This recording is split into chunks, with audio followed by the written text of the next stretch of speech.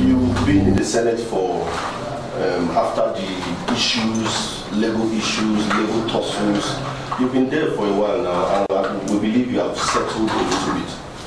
Can we have a rundown of those things you've been able to, you can articulate those things you've been able to achieve this few period that you've been freed from the legal challenges? Yes. Well, first and foremost, I want to thank you for according me this opportunity to speak with you and to use the opportunity to kind of give account of my stewardship so far. And thank you for capturing my my ordeal properly, because I tell people always that if not for God, it wouldn't have been possible, because I believe that the human being or those that contested did everything humanly possible, everything, I mean everything, but God showed physically and directly that he had a purpose for me and for me to be on that seat. Like you said, we went through all the hall, came back, started all over, and I've been in the Senate now for about 2 years plus. Others will be celebrating their third year in the next 1 month, but I think that will be about 2.5 years for me. So with that, from that hindsight, I dedicated this seat, this position to God, because I knew that without God it would not have been possible. And I dedicated myself also to God and asked God to use me as an instrument for Him, especially to develop Abia North, and by extension help support our governor in his quest to develop Abia State. And I want to testify to the fact that God answered me speedily, more than I expected. Why am I saying this? I was in the House of Reps for 8 years, and I wasn't just a member. I got up to be a principal officer. I led the House, got to ECOWAS and other things. What there are few achievements, concrete, verifiable achievements that I've been able to do within these 2.5 years. I marveled. At times I sit back and ask God, is it the way you are? Because I was in the House for 8 years, and I know that when I was in the House for 8 years, in terms of legislative function directly, I was able to sponsor the bill on the National Assembly Service Commission, which led to the establishment of National Assembly Service Commission, because prior to then, staff of National Assembly were not professionalized. You have people being seconded from the Civil Service Commission, but Civil Service Commission was an arm of the executive. You had Judicial Service Commission, which was the arm of a judiciary that handles employment, deployment, training, promotion, discipline of judiciary staff or workers, and they undergo professional training. But there was none for for National Assembly Service Commission. So when I brought that bill, it afforded me the opportunity. It afforded the National Assembly opportunity to be properly institutionalized and become a little bit professionalized, because now you have people who are taking profession and career in legislative matters, unlike what it used to be. And it also afforded me opportunity to have people not just from Abia, but people from Arochukwu LGA then, but people from the entire Southeast to be employed. Like today, you have very high principal officers of the National Assembly and National Assembly Service Commission of Southeast origin.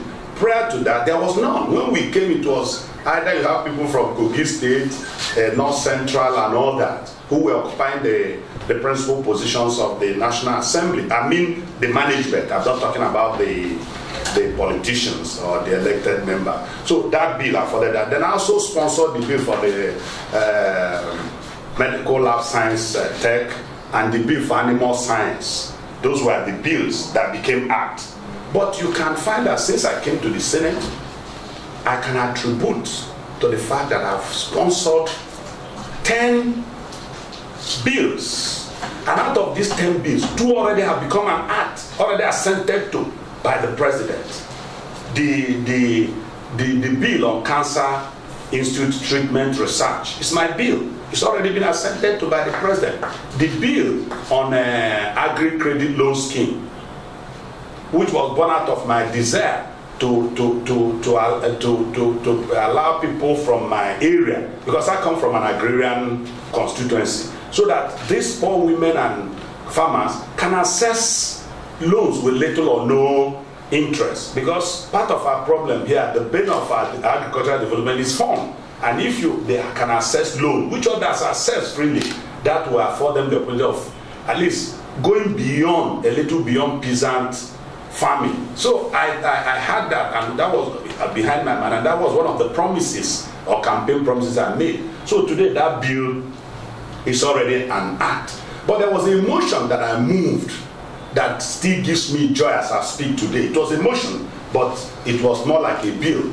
You know, the act setting up the National Electricity Regulation Commission had a section in it that says that after every year, the surplus of income and expenditure should be remitted to the Rural Electrification Fund, where Rural Electrification Agency will access funds to develop and energize the rural communities in terms of power.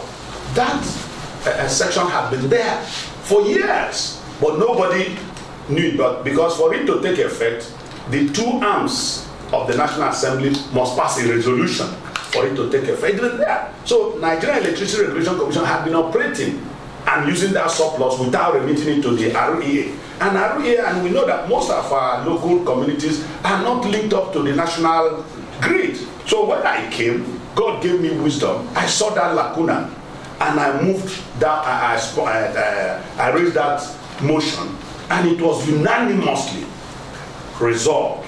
And that, as I speak today, and that still stands to me one of the motions after seconding that had that is the passage, the result was unanimous, because you are talking of what you could say that was of interest to every senator, because there is no part of this country that you will not have a community that is not connected to national grid. So that was what led to the entire Abia North, today as I speak, being surveyed. And what led to that seriously was that when I was campaigning, I went to Umunochi local government, and I was shocked, to my great amazement, that Umunochi local government was not connected to national grid. I know that must have been a shocker to you. I mean, this was happening in 2014, 2015. I told them I was shocked to hear that Umunochi, with the names, both political and, you know, I don't want to begin to mention names, that they were not connected to the national grid. That was where I made the promise that I will allow God to use me to help. So I was planning to go and see REA, and hear REA coming to me because of that bill. So I became the darling of REA and other agencies that are saddled with the responsibility of power link and power connection. So they came to me. So one of the things was that you must go and survey my area. And luckily the DG of Follow Better, Dr. Eke, was available. So he took them around and they surveyed the entire Abia North. And that was why 2016, you see, while I was preparing for this, the devil struck. My election was nullified, so I wasn't there. But 2017, I had to put all those projects in the budget. Today, as I speak to you, with the collaboration of the state government, collaboration of the local government, because we work in hand together, about 3 or 2 zones in Umunochi are today being connected to the national grid. As I speak, about 2 zones are connected, and other zones will be connected. In short, last month, we were able to bring in 10 transformers, and 2 or 4 were dedicated to Umunochi, and they've all been connected. So I used the other ones. You had that led me to, I'm happy some people are here from India, Atan in Abba. They are being connected. Okagwe, Item that has never had light, though they've not finished the project, is on the transformer, has been installed. There is this other section of Okoko Item the transformer has been installed. They are waiting to energize it. Then you go to Iroegbu Emenike. The transformer is there, it's been well installed. They are happy. They are waiting for me to come and commission that. There was one in Arochukwu within my own area, the barracks area. Several and so many I can't mention. But I started with the power section. So that motion was what led to what we are celebrating and enjoying today. It has never happened, and I've never, even when I was the devil's struck. When I was outside, when I see government give transformer to people, I've never been an advocate of that. Because when you donate transformer to a community, they spend 10 years contributing money to install it. So what I do that when I get a transformer, I dedicate it to a community, but through the rural electrification agency. So it becomes their responsibility to come and install it. Like if you go to all those places now, which one of these days will make a tour where you go around, you will see proper installation with high tension, with poles and all that, and well secured. Well secured. Once you go anywhere, you see transformer from Senator Mao Ohuabunwa, you see the difference from any other transformer. So what I'm saying is that from this I've delved into power. So I'm trying to power most of the areas in my local government that are not connected to power. Then now I have finished with my legislative matter. But when you talk about infrastructure, first and foremost, having been in the Senate, I haven't been in the House and in the Parliament, I know that for you to be able to use your legislative power to attract dividends, you must first and foremost put yourself in key committees. It's like building a house without foundation. It's not going to be possible. So first and foremost, you must properly situate yourself so that you use that strength, you leverage on that opportunity to help and assist your people. So what I did immediately I came in was to make sure that I put myself in key critical committees to enable. First, I knew, I didn't let anybody, I didn't need a prophet to tell me that Abia North, one of the major problems we have is the issue of road connection. Judging particularly from where I come from, Arochukwu LGA, which was one of the worst roads in Abia State. So I struggled to put myself in committee of works. I struggled to put myself in committee of power, which luckily this government now merged power, works and housing as a ministry. So I meet the minister at two committees because I'm in committee on power, I'm also in committee on works and others. But above all, the prime committee in every parliament is appropriation, because whatever you do at the end of the day it crystallizes at the appropriation level. So out of 109, we're only 15 that are privileged to be in an appropriation committee, and by the special grace of God I'm one. And it's not done, it's done first on zonal basis, then before the Senate President will pick a few to make up. And I'm about to be one. I doubt even if there are two of us, I think there are two of us from Southeast, or if not only me. So, which means I had already placed myself in a position to assist and to leverage on that. So 2017, I leveraged on that by the special grace of God to bring infrastructural development to my constituency. You can see that as I speak today, the Arochukwu LGA, which was like jinxed, because we did everything. Even when I was in the House of Reps, it was not possible. Ochendo came in, did everything he could. I can say that. Ali, he brought a company known as, what do you call them? No Idea or New Idea to that place. They couldn't realize that road. But today, through the ministry, we brought a company, Harland Cetraco. They started, if you were in Arochukwu at my burial of you would have seen, that is just palliative, what they have done.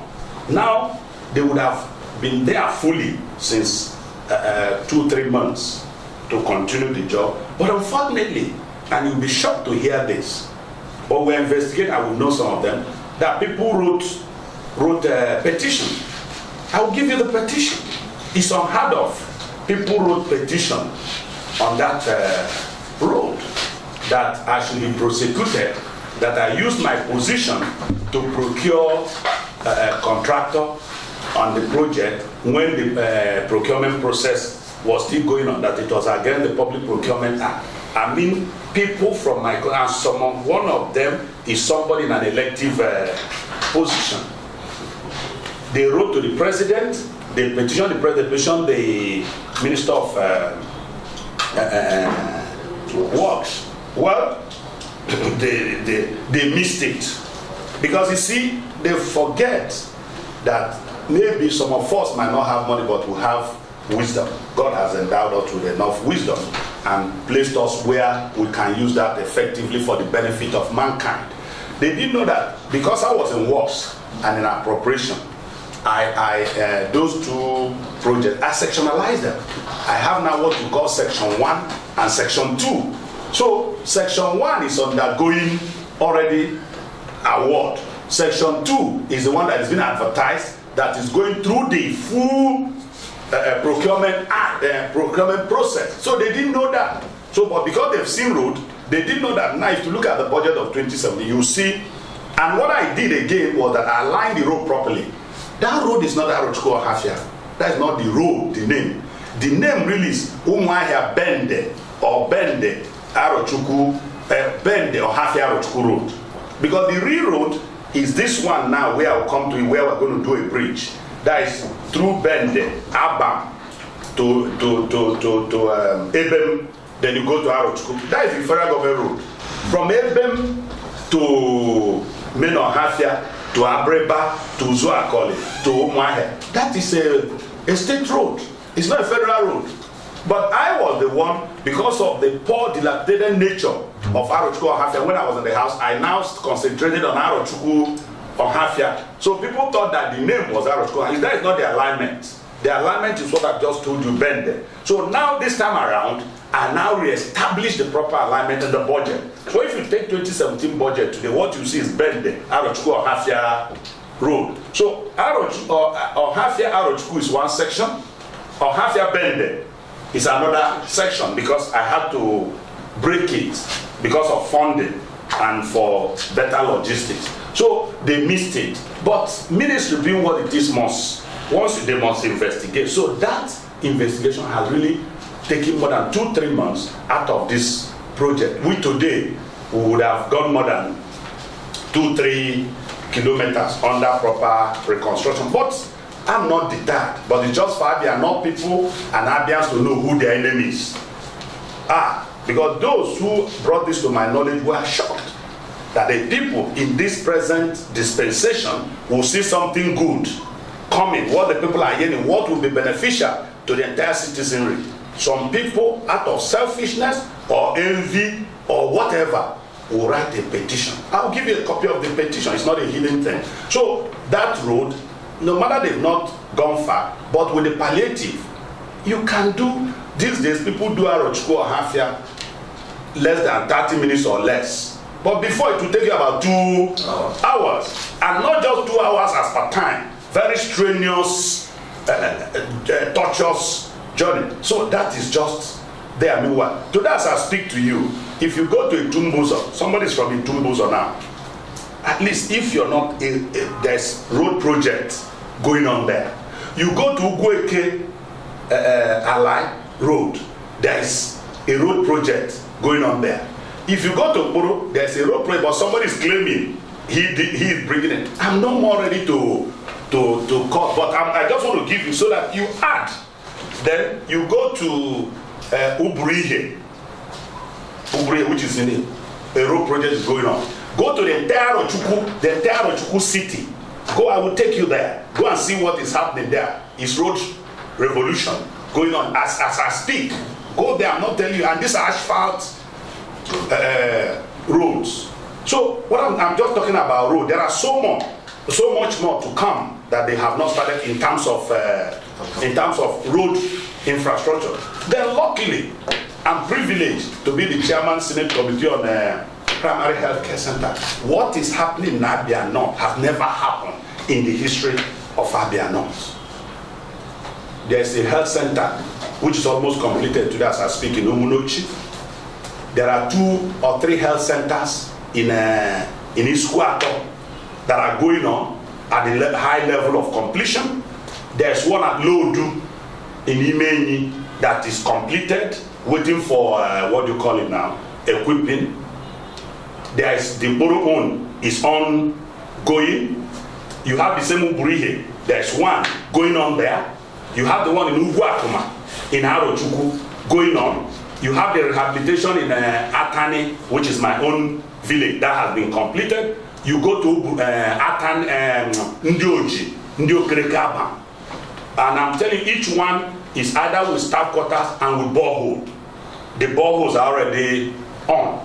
These are projects that at times, you know, I feel shy saying them, because by right, when some of my colleagues hear this, they might begin to checkmate me, because they'll be wondering, because it's unprecedented, and I want to give glory to God. It's unprecedented. I'm a legislator, I'm not in the executive, and all these things happening within one budget year. Go to Elu. We are sinking a modern water project there. In Arochukwu proper, they are doing Arochukwu water project, which is almost 40% completed. They have even delivered the plants. The plants are now, I gave them a place to house them, the plants, because they are imported and they arrived. They are not yet time to install. So that is going on. So that the Uneato Umunochi water project, we commissioned it some few, I think a month or 2 ago. No, I just want to let you know, so that you know. And by Saturday, we are going to flag off the reconstruction of Ozuabam Bridge. And that's part of why I'm here. Yes, distinguished. Yes. You know you will give you time. Yes. You will spend 2 hours. Well, those are the projects. Yes, all that. Achievements. Yes, yes. There are so much, yes, and I give glory to God. Yes. But I need to draw attention to something that has been trending both online recently. Yes. I see that the contest between you and the House of Rep member representing Arochukwu Federal Constituency. Yes. Most projects you say, most major projects you have attracted, you also claim to have attracted. Yes. Recently is the bridge. Yes. You're talking about the commission. Yes. What exactly is happening? Okay, let me tell you so that you trace, you can add one on one. You remember, I don't know whether you are in Abia State. One time, this same Arochukwu Road, there was a time, a Christmas season, I wanted some people to do some palliative. Before we got there, he went there. I don't know. There was that he attracted the road. Yes. Now the road was left. Now when I brought these people to the day we flagged off, I think 4th of March, they said, oh, no. Now, indeed their petition, that's why I say, see, at times you wouldn't know when you box yourself. Now the petition is no more saying that they brought the road.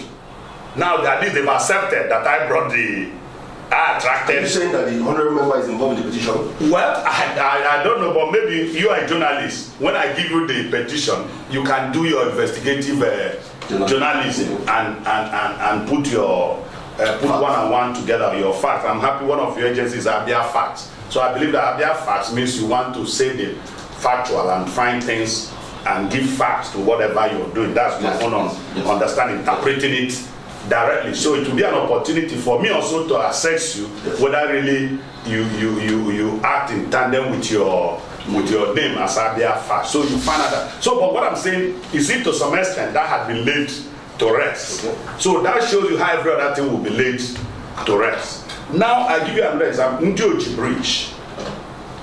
Ndioji. Yes. Ndiebe. You see, it's just that I don't know. I don't want to join issues. I just don't want to join issues. You see, if my brother realizes that in life there will always be one before two.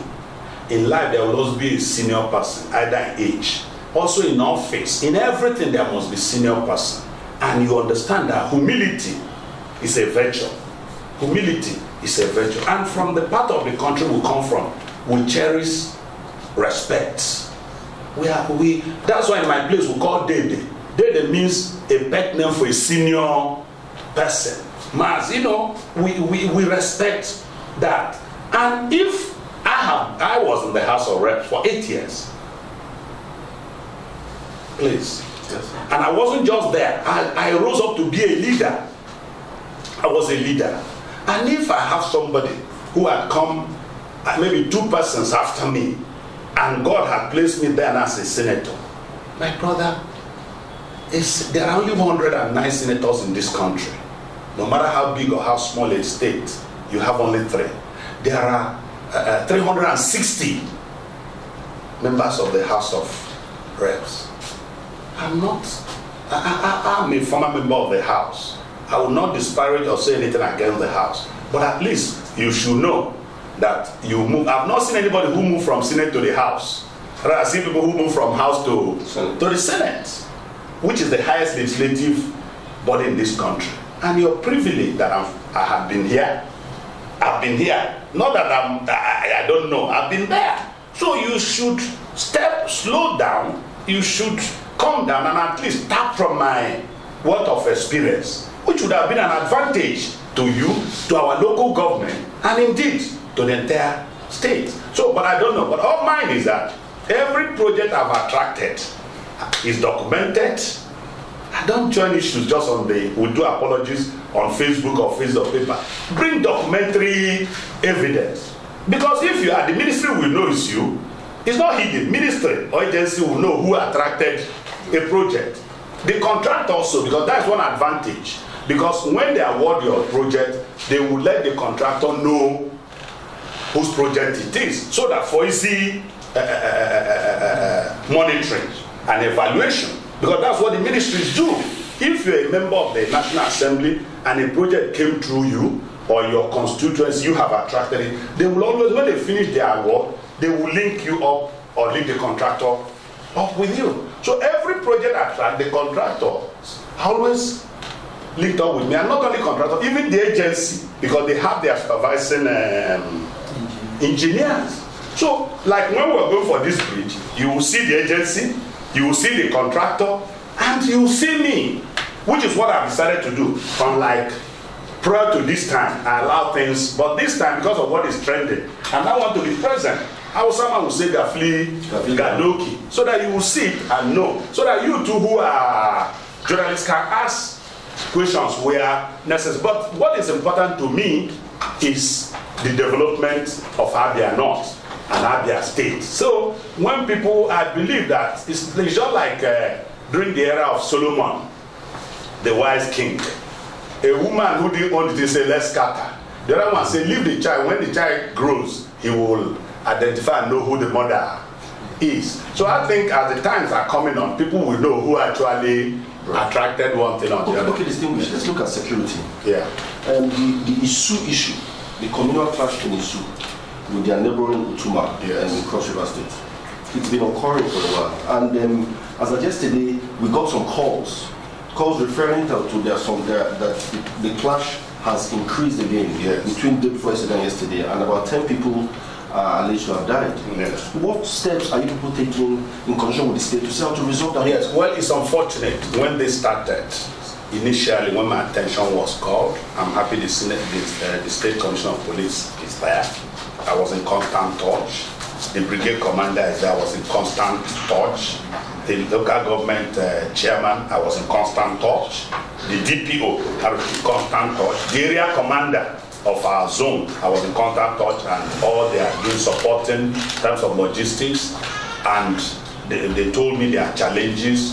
I also was in touch with the deputy governor, who then was the acting governor. And again, not just being acting governor, as a deputy governor, the issue of border is on his table. He's saddled with that responsibility, and we kept talking to the extent that by the time I was ready to come to see facts, to see things, I did it in collaboration with the state government. That day myself, the secretary to government, the commissioner in charge of boundary and conflict resolution, the commissioner for small and medium enterprise, who actually incidentally was the commissioner representing Arochukwu local government in the state executive council, with the local government chairman, the area commander, the army, and the police. We went there.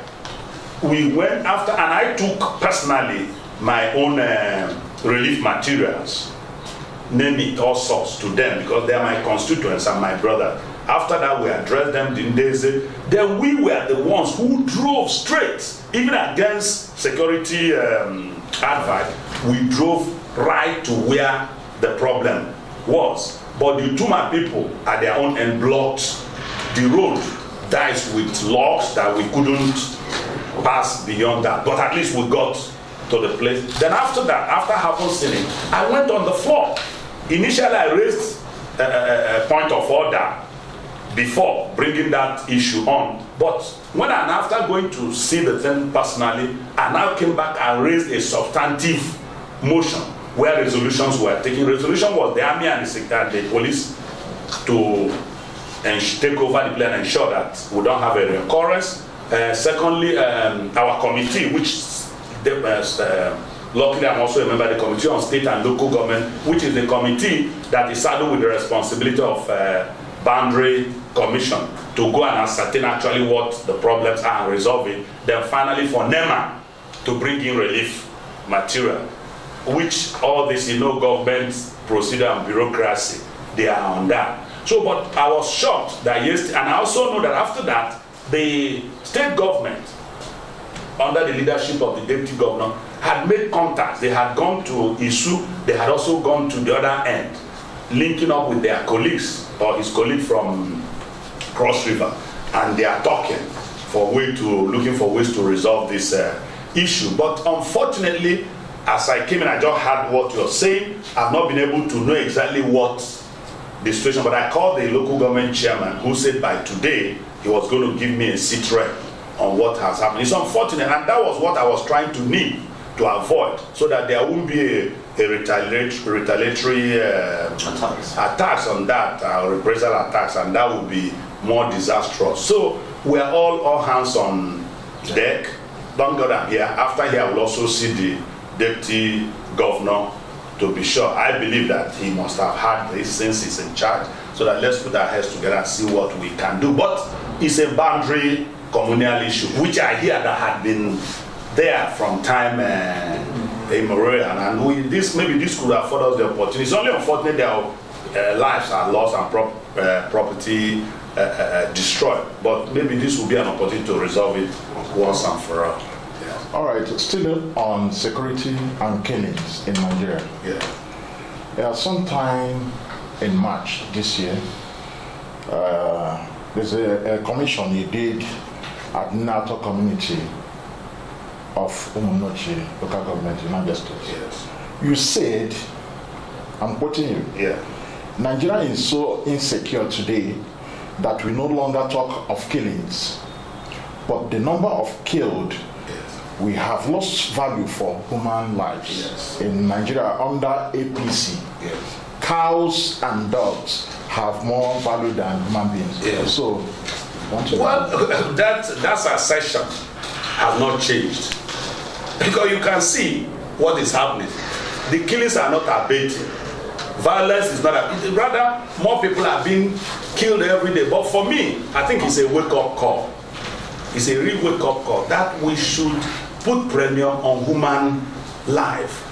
Outside this country, developed country, one life lost can bring a government machinery to a halt. But unfortunately, like I've said, now it's no more issue of killing. It's issue of when you kill now, it's like become normal.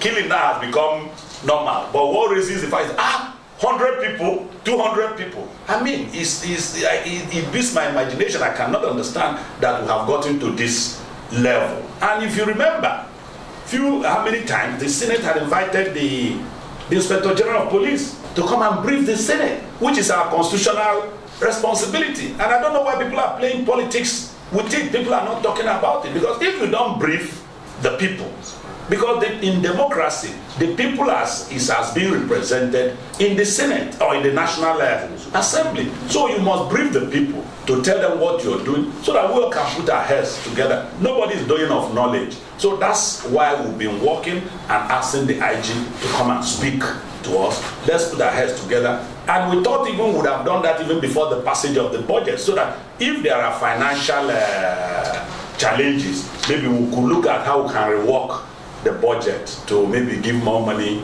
to the police, if that is the case. Don't forget that the police is the first line security agency in a democratic dispensation. Even what the military is doing today is not actually their primary assignment. Military is not supposed to kill Nigerians.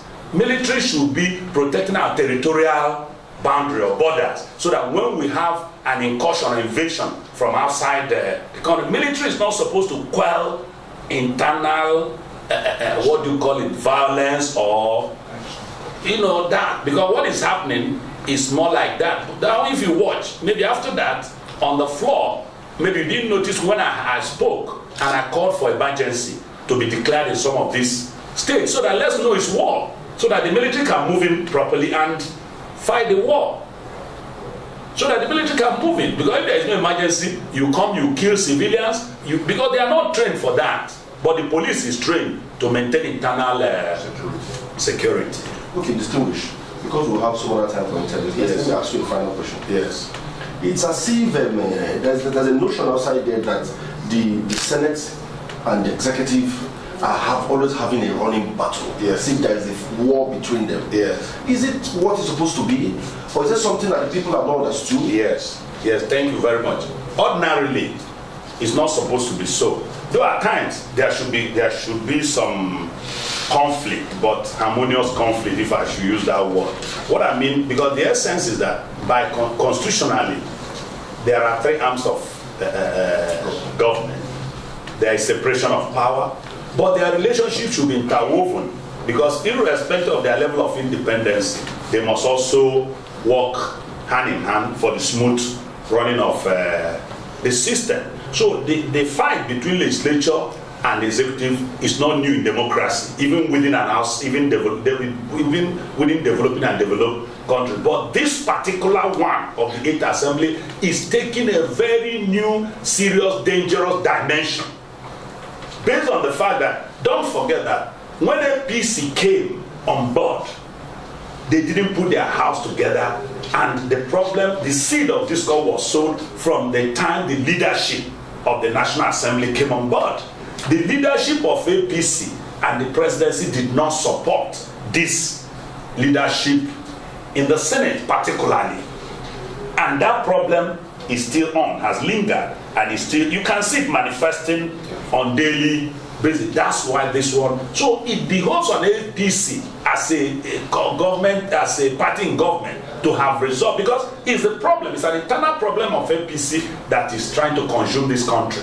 It's an internal problem, because the leadership is their own, they brought the leadership, is their own, so they should have been able to resolve this problem. But because they have not resolved it, that's why you see it manifesting. Who is on top? It's a power tussle. So it's unfortunate, and we've been speaking both on the floor. We told APC, go and put your house in order. But the way we're seeing, look at, we're close to election, and it seems that the center cannot hold. So it's like we might live with this, because we have a few months. Yeah, because you can see, it's okay. You see it yesterday. I was on the floor. The Senate president came up that they are about framing him up. The Senate president, the 3rd man in the country. Senate will invite the Inspector General of Police. He will not come. No. It's unheard of. I don't know. Don't look at the individual, but look at the institution. The other time they came to the Senate and took the mace. Has it ever happened? No, that will show you that. You see, you guys must begin. This is like we are taking democracy for granted. But these are heinous signs. If it's those of us who are Christians, we say signs of end time. You understand? Yes. The most secure place in this country is the Villa and the National Assembly and the Supreme Court, because, and that's why you call them 3-arm zone. They are all together and they are well secured, both in terms of technology, human and physical security. So for some people to come in and take the base, you could see some collusion and compromise and all that. But that's portends danger, which we all, as a country, must come together to look at. Distinguished, finally, on a very final note, let's talk a little bit, one question on politics. Yes. Abia North in 2014 election Yes. was not too favorable like that for your party PDP. Yes. Now 2019 is coming. Yes. Do you think there will be a change of tide? No, but you can see it on the air. Just like the thing I'm telling you about security and problems in it. They are not what do you call it, in moonlight, or how do you say? They are physical, they are empirical things, physical things you can verify. So also, the change of tide is even, you can see the difference. Even personally, I had it tough in Arochukwu in 2014, 2015. But today, go to Arochukwu and get the feelings of the people. You could see, if you took time, or if you're from Arochukwu and listening, this time you could see a different, you'll be wondering what must have the magic. The same thing with the state governor, and the same thing with my party. The tide is changing fast in our favor. You can see it everywhere. Okay, let me tell you, one barometer in this state you used to check the acceptability of any government. They might not have the electoral power, but they have the mouth, and that is a barometer. It's Aba. Because Aba is a conglomerate of Nigerian people from all walks of life of this country. When Aba, and you know they don't hide their feelings. They are ready to stone you. They are ready to tell you, even if they don't have electoral power at the end of the day, but they can use their mouth to change things for you, either good or favorable. But today, go and see the music in Aba. It's all in favor of PDP. It's all in favor of the governor. The same thing today in Abia North. Go to every part of, you know, you didn't allow me finish. In Umunochi, what we are doing, the thing he referred to was water project in Umunochi. I'm building a skill acquisition center in Umunochi. I had done 3 physical skill empowerment. I've done that and more coming on. The same thing, go to everywhere. The governor, you see things happening. The party itself is undergoing local government tours, PDP. And part of it is to sensitize the chairman and to assess what they are doing. So it's becoming a little bit competitive. And that's what governance is all about. So for me, I have no fears at all. I believe that our record this time is showing and is giving us blue or green, and we're going to get there without much seamlessly, unlike what happened in 2014, 2015. I'm convinced that we are doing better, and the results definitely will show, especially from Abia North. And we're also getting ourselves together more than before. And in this government today, I think we are not doing badly. We have the deputy governor, we have the secretary to government, we have the deputy speaker of the House of Assembly. Then another key deputy was that we have the acting chief judge. Today is from Abia North, you know, and other positions like that. At least everybody must play his or her own role for the benefit of this state and to support the governor, really, because personally I didn't even know that because of the level of battle, legal battle, I didn't know we were doing quite a lot until I went to Aba. Not this second media talk. The first one we did at the Democracy Day, I think May 24, 29 last year. We saw things for ourselves, and it's okay. You are talking about look at Arochukwu. Before now, you couldn't access Arochukwu from the Abam end, even though Chedo started the job, but the bridge was not there. But today we have a bridge. No matter how, you can access the local government through the railroad, because the creation of Arochukwu local government was not meant for Abam people to come to Ohafia first before going to Arochukwu. Because if that was the case, you could have as well left them in Ohafia. Actually, in terms of cultural affinity, they are closer to Ohafia than even Arochukwu. But I believe that the essence was because of that road that linked them. And if that road was not there, no need for the local government. But today, as far as I'm concerned, the local government has been reconnected. So that it's now a full-fledged Arochukwu local government headquarters. Thank you very much.